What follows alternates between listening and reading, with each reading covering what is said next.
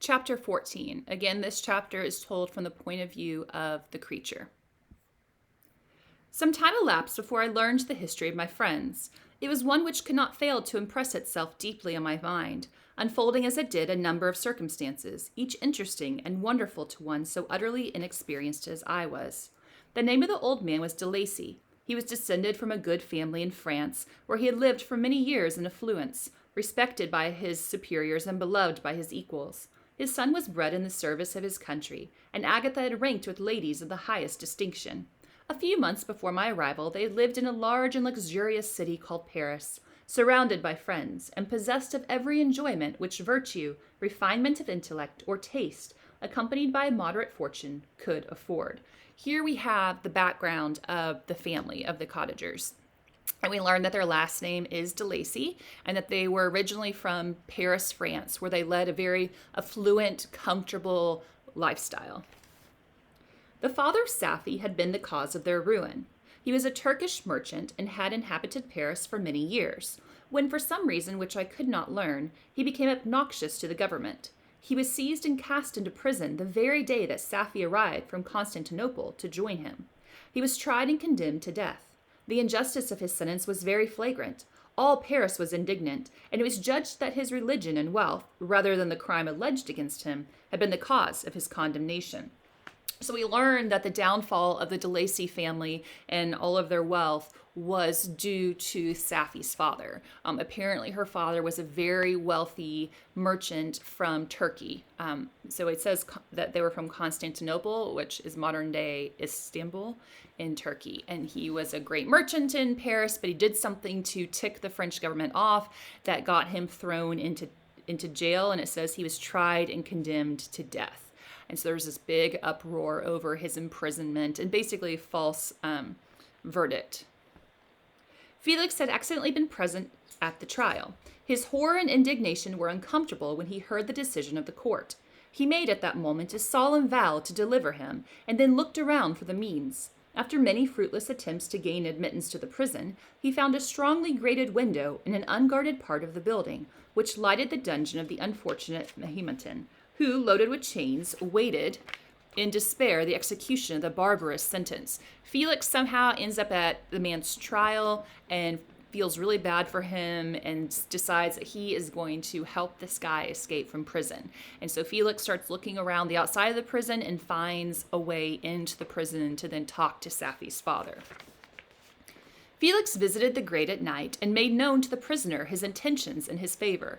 The Turk, amazed and delighted, endeavored to kindle the zeal of his deliverer by promises of reward and wealth.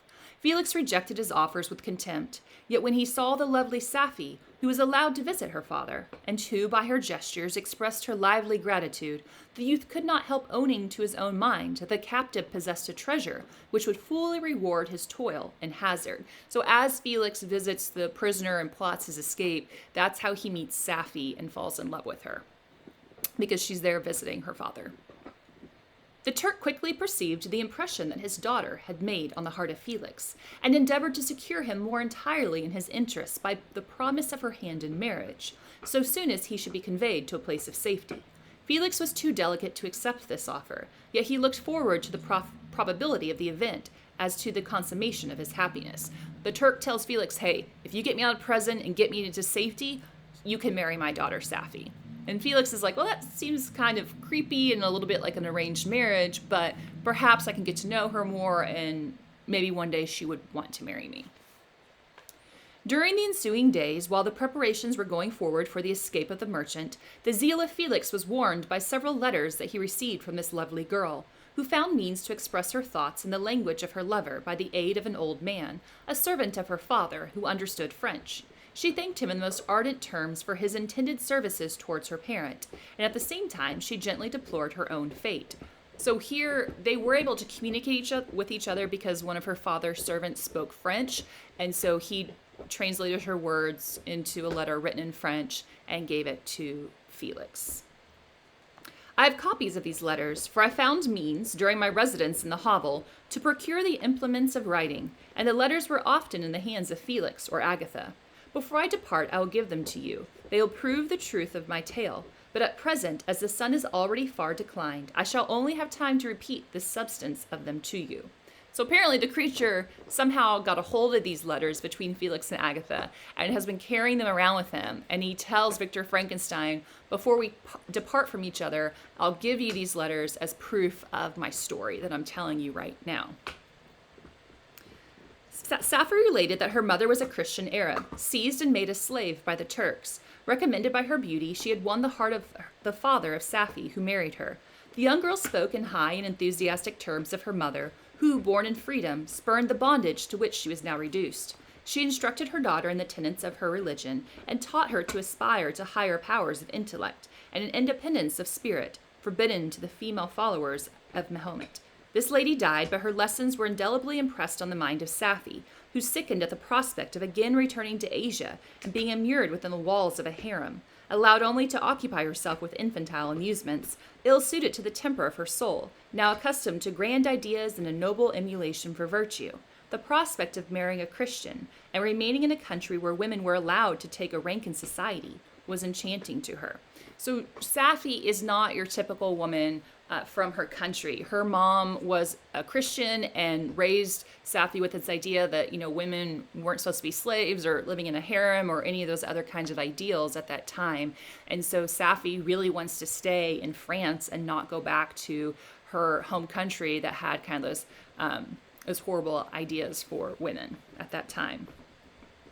The day for the execution of the Turk was fixed. But on the night previous to it, he quitted his prison, and before morning was distant many leagues from Paris. So Safie's father escapes from prison with the help of Felix.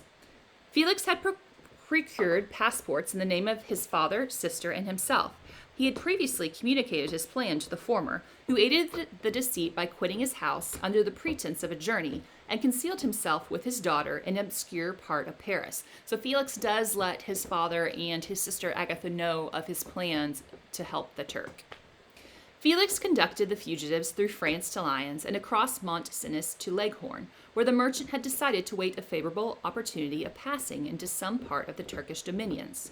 Safie resolved to remain with her father until the moment of his departure, before which time the Turk renewed his promise that she should be united to his deliverer, and Felix remained with them in expectation of that event. And in the meantime he enjoyed the society of the Arabian, who exhibited towards him the simplest and tenderest affection. They conversed with one another through the means of an interpreter, and sometimes with the interpretation of looks. And Safie sang to him the divine airs of her native country. The Turk allowed this intimacy to take place, and encouraged the hopes of the youthful lovers, while in his heart he had formed far other plans.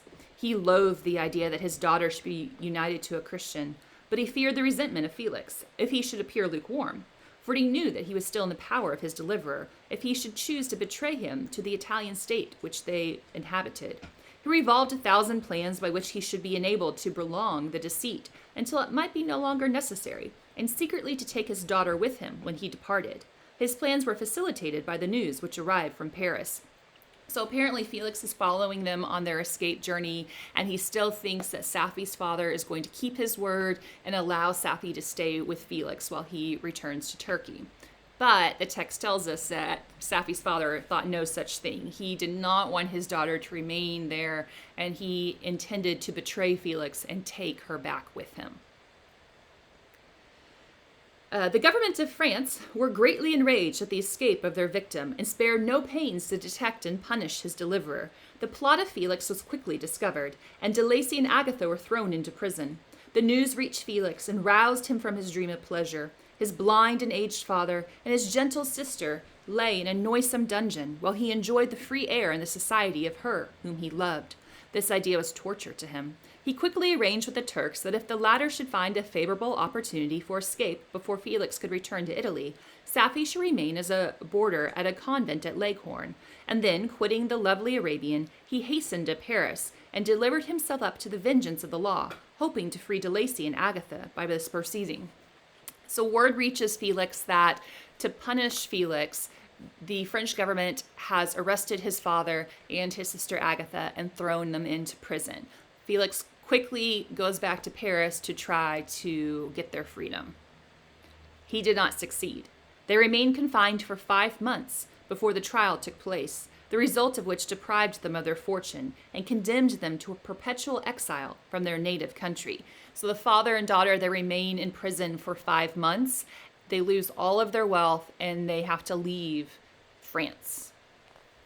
They found a miserable asylum in the cottage in Germany, where I discovered them. Felix soon learned that the treacherous Turk, for whom he and his family endured such unheard of oppression, on discovering that his deliverer was thus reduced to poverty and ruin, became a traitor to good feeling and honor, and had quitted Italy with his daughter, insultingly sending Felix a pittance of money to aid him, as he said, in some plan of future maintenance. So, as I said, the Turk, Safi's father, goes back on his word to Felix. And Felix and his sister and his blind father all settle in this cottage in Germany where the creature found them and started living in the hovel that was attached to the house. Such were the events that preyed on the heart of Felix and rendered him, when I first saw him, the most miserable of his family. He could have endured poverty, and while this distress had been the meed of his virtue, he gloried in it.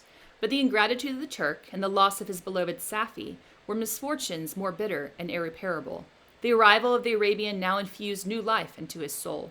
When the news reached Leghorn that Felix was deprived of his wealth and rank, the merchant commanded his daughter to think no more of her lover, but to prepare to return to her native country.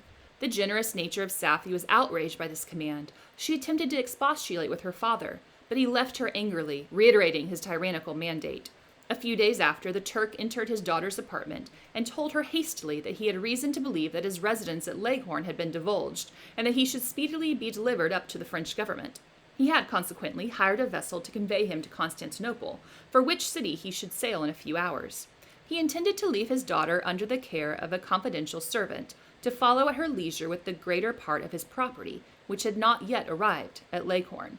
So the Turk, Safi's father, thinks that the authorities have caught on to where he is, and so he tells his daughter, I've got to flee right now, go back to Constantinople. So he leaves her behind with most of his property and possessions and so forth to follow along at a later date.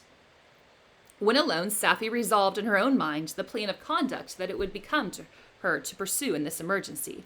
A residence in Turkey was abhorrent to her. Her religion and her feelings were alike averse to it. By some papers of her father, which fell into her hands, she heard of the exile of her lover, and learned the name of the spot where he then resided. She hesitated some time, but at length she formed her determination. Taking with her some jewels that belonged to her, and a sum of money, she quitted Italy with an attendant, a native of Leghorn, but who understood the common language of Turkey, and departed for Germany. She arrived in safety at a town about 20 leagues from the cottage of the de Lacy, when her attendant fell dangerously ill. Safi nursed her with the most devoted affection, but the poor girl died, and the Arabian was left alone, unacquainted with the language of the country, and utterly ignorant of the customs of the world. She fell, however, into good hands. The Italian had mentioned the name of the spot for which they were bound, and after her death, the woman of the house in which they had lived took care that Safi should arrive in safety at the cottage of her lover. And so that is how she ended up arriving at Felix's cottage.